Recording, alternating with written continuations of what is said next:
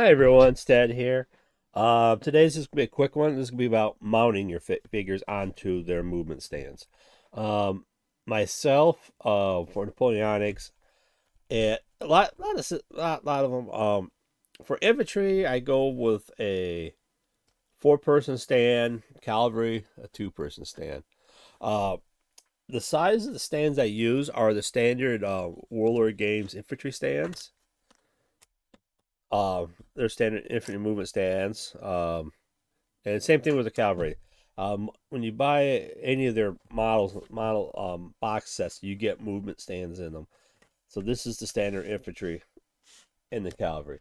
Um, they also have another one which has a bigger stand, which fits about six figures or three cavalry. Um, it, any stand will work, just as long as you fit it. So for my cavalry, I usually run six stands for cavalry or 12 figures. And infantry, this is a small unit, but usually I run a six stand unit for my infantry. So, if you're doing the size, you can run three of these bases if you want to. There's no problem. But what I find out is I like the aesthetic look, and with the if you do four-person on a four-person stand, it just when you go into column march, it just looks better snaking across the board or attack column. So, there you go. Two wide, in total be three deep for attack column with this. So I like just the look of this. Yeah, and 12, and for the cavalry, it's the same thing. You get you column march or you can go line, and what's also with the three, if you have a six stand like these Russian mounted Jaegers like that, you can run as one large unit, or if you break it down, then you got two small units. So it makes it easier if you want to run smaller ones, depending on the size of the cavalry regiment is. So it makes it a little bit more tactical, flexible. Um, so if you're running a unit that small, then boom, three stands or four stands for infantry. If they're regular and they're in a full brigade, then or squadron for the regiment for the cavalry, just group them up big or the six.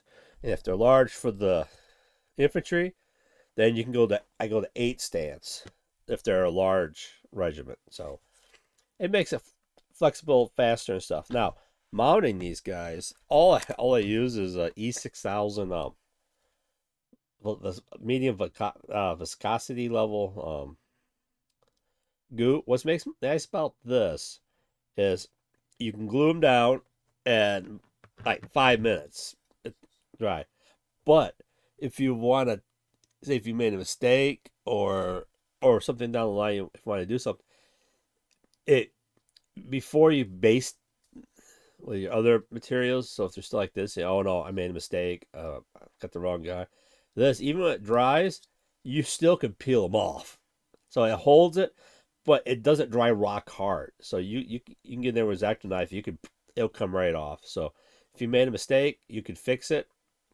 Uh, so it's a little bit more. But I said there's other epoxies you can use and stuff, but I find this stuff. I like this stuff. Plus, it dries clear, so which it gets covered anyway, but you just never know. But so pop it down. It dries. It will hold them. It's like it'll hold them. But if you need to remove them, you can cut it. It'll come right off, nice and easy. So this is just a quick one about mounting your troops and stuff. I said there's no wrong way or right way to mount your troop.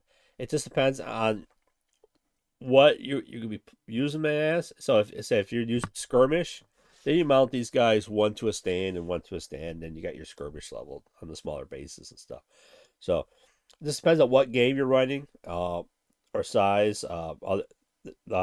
Some games you got bigger bases you mount them on, or smaller and stuff like that. So there's a quick idea about mounting.